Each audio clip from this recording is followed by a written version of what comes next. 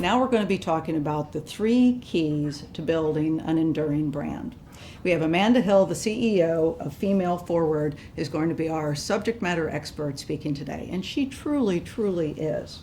You know, this is going to be, we're going to get into questions about what does your brand stand for and how will it endure? How will it endure past your leadership? How will it endure for generations yet to come? Because a lot of what we're all about here is long-term sustainability of our businesses and of our brands. So Amanda's going to share 3 tenets to building a successful and enduring brand. She's going to showcase some examples of some familiar products, both local and national, and the things that are familiar to us that we're just kind of like, we just take for granted they're our brands and we know them and love them. For me, Grater's ice cream, maybe that black raspberry chocolate chip comes to mind, and it certainly does with my family. It's the only way I'm allowed to home at Christmas each year. Now, so who is Amanda Hill and what do we know about her? Well, first, she develops brand and marketing strategies to help brands sell more effectively to women and achieve, get this, not 3, not 30, but 300% return on investment. Pretty powerful stuff. Now, where did she learn all this, and really did she do such work that got her to this place? Well, she led several product portfolios worth over $1 billion, yes, I said $1 billion, each at Procter & Gamble. And if you recall the Like a Girl campaign, well, you're going to see the woman behind the Like a Girl. She's also renowned for her skills in coaching women. She led the Women's Empowerment Network at P&G and has impacted and touched the lives of hundreds of women in that work alone, not to mention what she does today. So with that, I'm going to turn it over to Amanda Hill. Good morning. It's a real privilege to be here with all of you this morning, and I'm excited to share with you the 3 keys to building an enduring brand. Now, I want to ask you, put it in chat with a thumbs up. How many of you would like to see your business or your brand endure long after your leadership at the helm? Go ahead, put a thumbs up or drop in chat, yes. Give you a second to do that. Well, I imagine that most of you would like to see your legacy live on in your business long after your time in your leadership position. Now, most of you might be thinking about succession planning and who is next to assume your responsibilities. But what I'm here to do today is talk about another important thing you should do in order to make sure your business is long lasting. And that's to cement your brand tenets for the future. So why is cementing these key brand tenets so important? Well, first, it helps to attract your ideal clients and build your business for the long run. Second, it also helps ensure that your entire team, from your leadership team all the way down to your store associates, is on the same page and understands the vision that you have for your business. And third, it can also help provide guidance for your business partners that are external, such as suppliers and agencies, who you want to make sure work in concert with the vision that you have.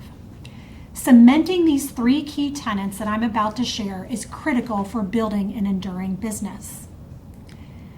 There's also additional benefits to cementing these key tenets. The first one is loyalty and attachment amongst your customers. Think about Starbucks or REI and the raving fans that they've created for their products. And it's due in large part to not only the great coffee they serve at Starbucks or the great outdoor items they have at REI, but also these tenets that I'm about to share.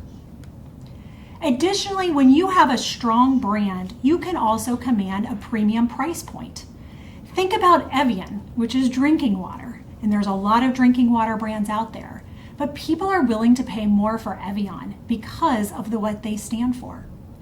The same is true for Accenture, which is a well-known consulting and accounting firm who has established their credentials and has commanded a higher price point in the market. When you have a strong brand, you're also able to extend into new categories. Think about Amazon as an example, who started out as just selling books, if you can believe it. And now they have business and cloud services for other companies, and you can actually even hire a service to come out and hang up a TV in your house through Amazon. So clearly they've extended, and Google certainly has done the same. Also, when you have a strong brand, it can enable you to be more resilient following a crisis. BP is an excellent example of this. Following an oil crisis, they were able to directly address the situation and actually build their brand for the long run despite that setback. And lastly, if you have a strong brand, you can also command a higher valuation for your company in the marketplace. So for those of you who are thinking about or considering selling your business at some point, having a strong brand can actually boost your asking price. Brands like Coca-Cola and Apple are excellent examples where their market value is actually greater than the assets on their books. Now, I also want to share some examples of family-owned companies that have endured long after their founders stepped down from their leadership position. Disney is the first example. As we know, Walt Disney started off drawing cartoons, then making movies, and then the brand expanded into amusement parks. And long after Walt Disney stepped down as the leader of Disney, we now see a brand that is one of the most respected brands in the world. Another example is Walmart. Walmart was founded by Sam Walton in Arkansas, in an area that was a crossroads for hunting grounds, where he committed to providing the lowest prices possible for his customers. Walmart has since grown since Sam stepped down and is now the world's largest retailer. Another family-owned business, family-founded business is FedEx, for those of you in the B2B industry. FedEx was founded by Frederick Thomas, with an interest to help businesses get shipments faster. As a result of his efforts, he created innovation in logistics, and clearly FedEx is an enduring brand despite Frederick no longer being in a leadership role. And I also want to mention a couple fun local brands as well that have endured long after their founders stepped down. Montgomery Inn, which we all know and love here in Cincinnati, was founded by Ted Gregory. It's certainly known for its ribs, its celebrities, and its sports affiliations. Montgomery Inn has remained a strong brand and has grown in size and locations long after Ted's time here. And the last example, which Carol alluded to earlier, is Graeter's. Graeter's was founded by Louis Graeter in Pendleton, based on an infamous French pot method, which today no one else uses. And Graeter's has long endured in expanded locations and was even punctuated by an endorsement from Oprah. So clearly, these brands have continued to strengthen long after their founder stepped down. So what did they do? Well, let's talk about what these key tenets are for building these enduring brands. But before I dive in, I want to give you a little bit of a hint. I want to go ahead and tell you the breakout question now so that you can be thinking about it as we walk through these three keys. So the breakout questions will be, what letter grade would you give your business on the three keys to building an enduring brand? Each one of you gets to be a teacher and you get to grade yourself, A, B, C, D, or F. And then I also want you to be thinking about what are you doing well, but what can be better, okay? So with that being said, let's dive into the three keys to building an enduring brand. So the three keys are, first, to have an inspiring, compelling mission. The second key is to have a clearly differentiated point of view in the marketplace versus your competitors. And the third is to have iconic brand assets that help your customers associate with your brand. We'll walk through each one of these in detail and also share a few examples. So the first key is having an inspiring and compelling mission. And really the definition of a mission is, what was your business put on earth to do? Why were you founded? And for those of you who may not have yet established your mission for your business, I would encourage you to look at the original reason why your business was discovered. What was the need out there or the opportunity? As we like to say, the fruits are in the roots. So look back at when your company was founded and why, and most likely there are hints to what your mission should be. Now, let me share with you why a mission is so important, because some of you might be thinking, gosh, that seems very philosophical. What can it really do to help my business? Well, Simon Sinek is a leading expert in purpose and mission and is renowned for his TEDx talks on the topic. And Simon has done quite a bit of research. And what he has found is that when brands or businesses talk about what they do, that it connects with the neocortex part of your brain. And this part of your brain is the very logical and rational part of your brain. So talking about your what is certainly important. But when you talk about how you do your business, and importantly, why your business exists, you actually connect with a different part of the brain amongst your customers, the limbic brain. The limbic brain is the part of your brain that is more emotive and creates feelings of trust and loyalty, human behavior, and decision making. So tapping into that limbic brain can help create long-term customers for your business and create enduring success. So what he discovered is brands that knew their why and communicated their why. What they enjoyed was longer-term greater success. They also were able to get longer-term loyalty amongst their own employees and had lower retention. And the third observation that Simon had is that companies that knew their why, acted on their why, and communicated their why actually were seen as being more innovative and forward-thinking than their competitors. So the why or the mission becomes a lighthouse for your business and a filter for your choices.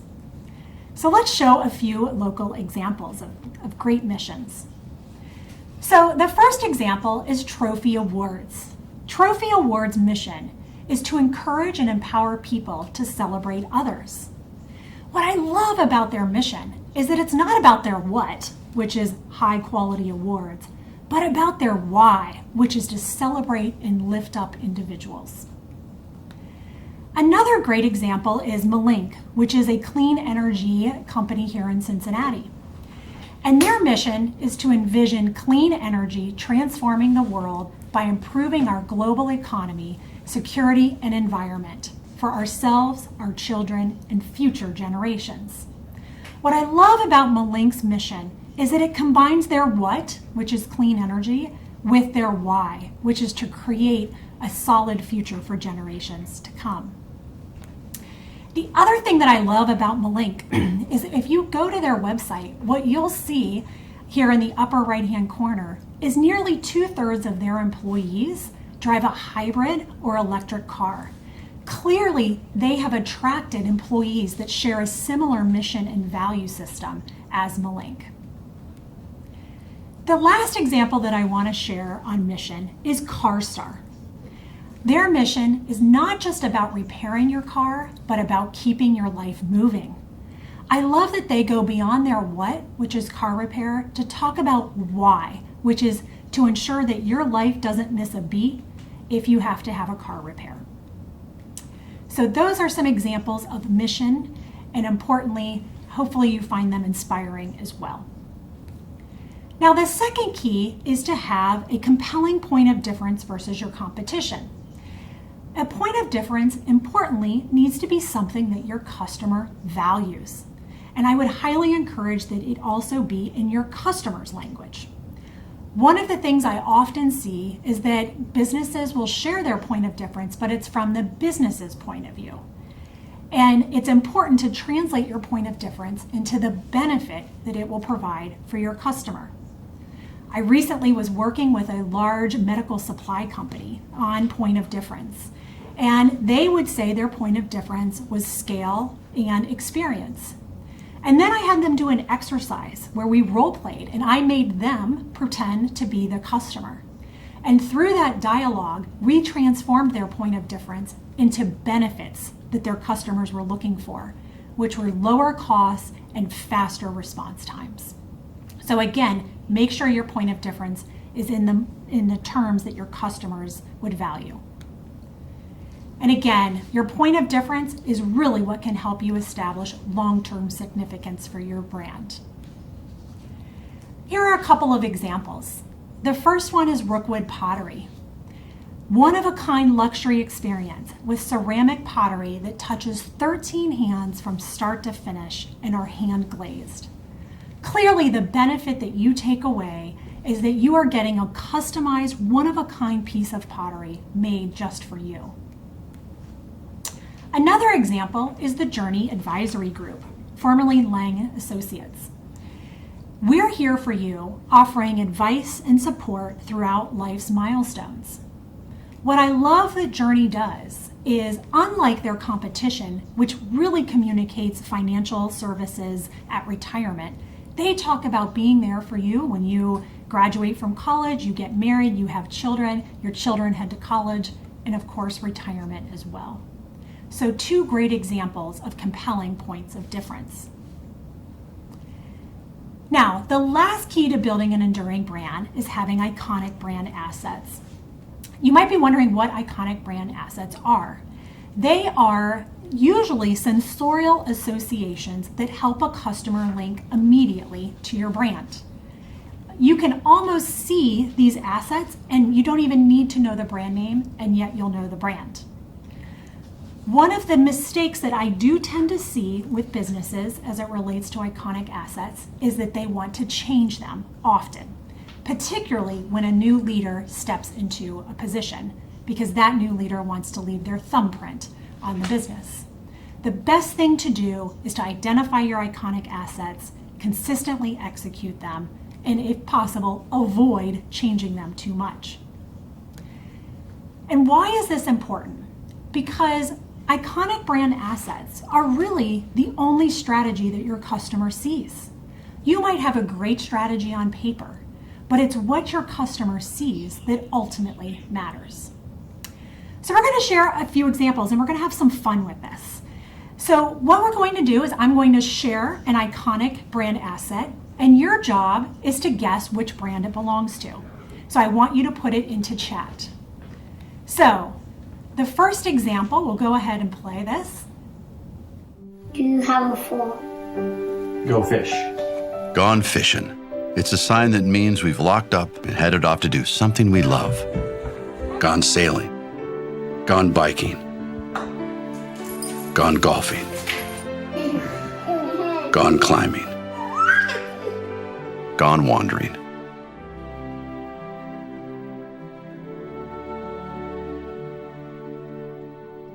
Pure Michigan.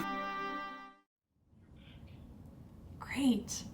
So how many of you guys guessed Pure Michigan, right?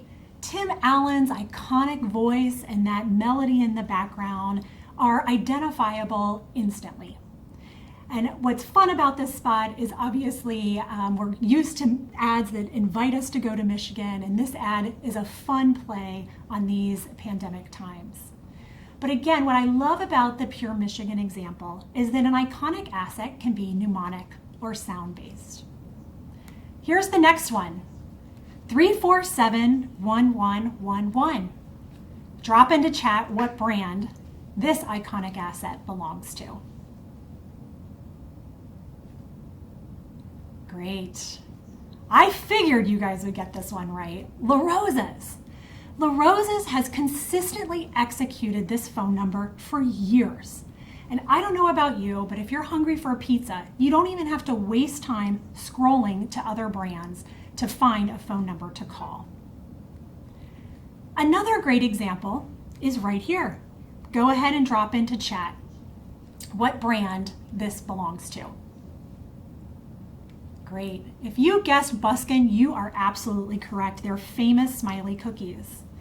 And what I love about Buskin is they have several iconic assets. They have an iconic font. They also have a very fun tongue-in-cheek tone of voice you can see here in their copy. very joking and fun-loving, including their annual pie wars with Frisch's. And what I love is that one of their iconic assets is also their tone of voice.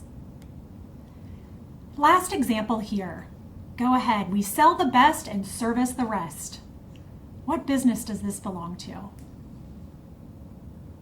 Great. If you guessed AE Door, you are absolutely correct. What I love about this example is this family-owned business has actually used their family as part of their iconic assets with their daughters. So I would encourage you to establish your 3 key tenets and put them on what I like to call a positioning pyramid that includes your mission, your point of difference, and your iconic assets. Fill this in and make sure to share broadly within your teams. I'll share just a couple of examples here. One is for Graders, and you can see here their mission is to give Cincinnatians an opportunity to indulge themselves. And of course, they're known for their better tasting ice cream with those huge chocolate chunks. And their iconic assets is their logo, which has been long-standing, as well as their product photography. And I'll also share a second example, a B2B example, Hydrotech, which is in the fluid power and automation industry. They do filtration and hydraulics. And you can see their mission is to improve the way the industry moves. And they have superior supplies as well as expert engineering. What I love about Hydrotech are their iconic assets, their blue and their wave, and also the icons that you see throughout their materials that are listed here on the right. So again, the 3 keys to building a strong brand are having a compelling mission, clear point of difference, and identifiable iconic assets. And as Steve Forbes says, your brand is the single most important investment you can make in your business. So I would encourage you to assess your brand against these 3 keys. Take the opportunity to level up on your brand's key tenets so that you can join the ranks of these strong and growing brands. Thank you.